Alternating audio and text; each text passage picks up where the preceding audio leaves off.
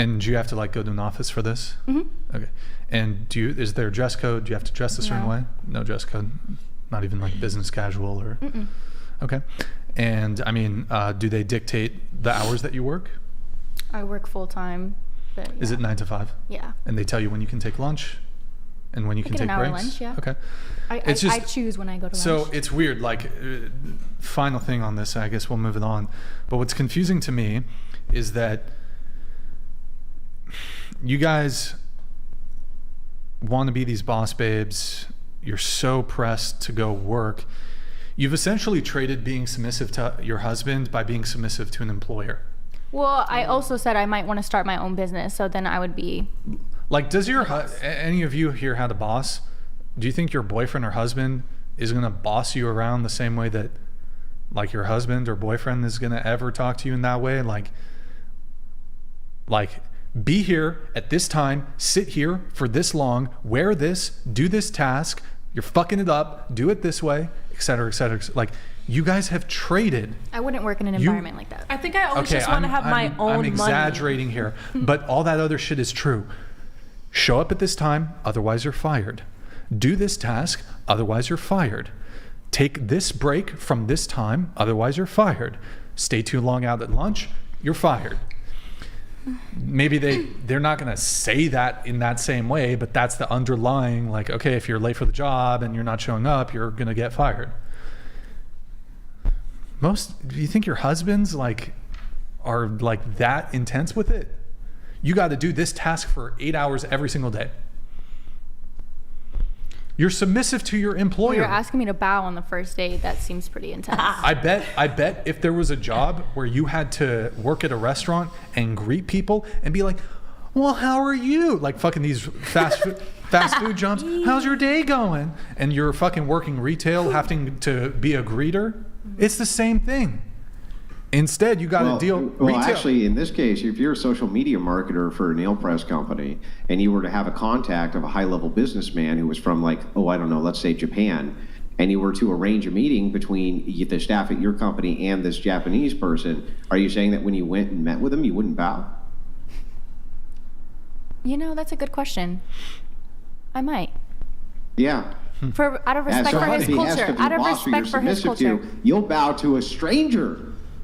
I think that's just Japanese culture, though. Mm-hmm. Yeah, right. I would do it out of respect. The point is that at the behest of a man you're submitted to, in this case your boss, if he asks you to bow to a complete stranger, you'll do it as long as there's money involved.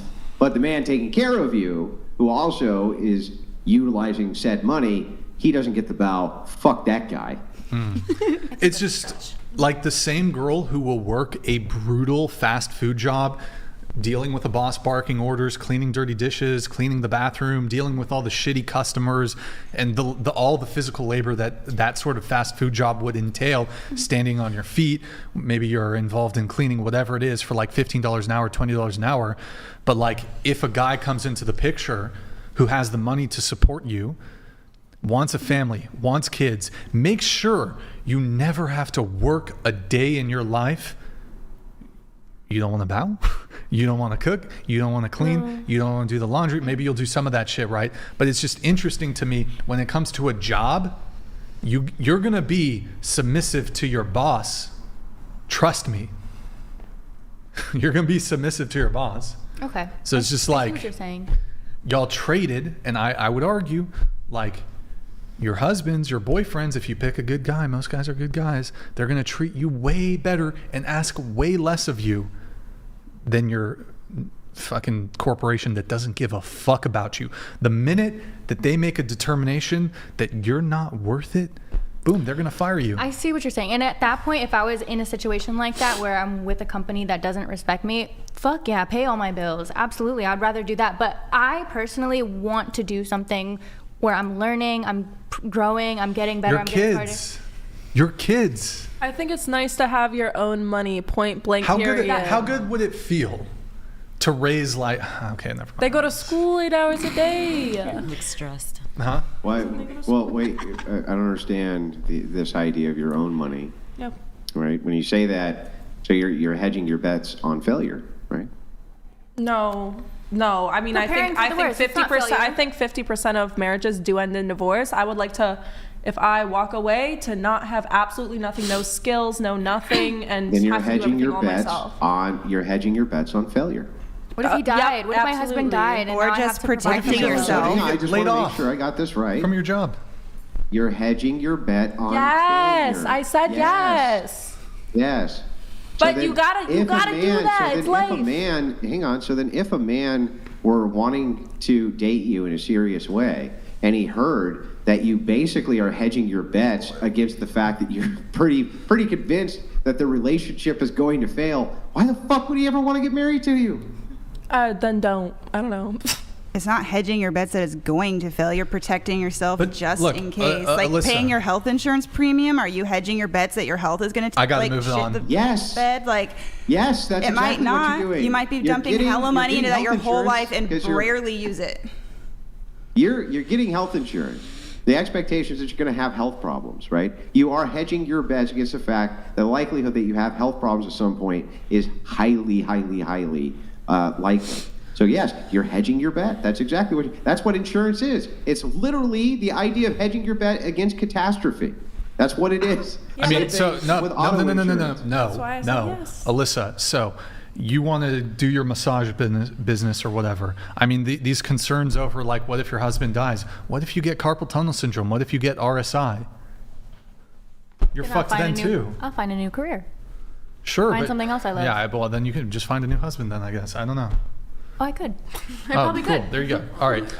All right. You ever marry a man who wanted a prenup? Bono Smith donated $200. Come on, gentlemen. Respectfully reiterating, Jenna has a flight to catch for runway-related bookings if she wishes to stay. That's her prerogative. Her scheduled ride is leaving in 10 minutes. Oh, okay, that was 14 minutes ago, so I guess you're fucked, Gianna.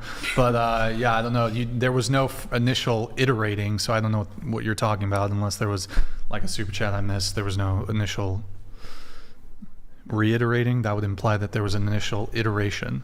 There was no iteration of anything. So, all right, I need to power through the questionnaire here. Going around the table, would you rather cross paths with a man or a bear? A man. I am the bear.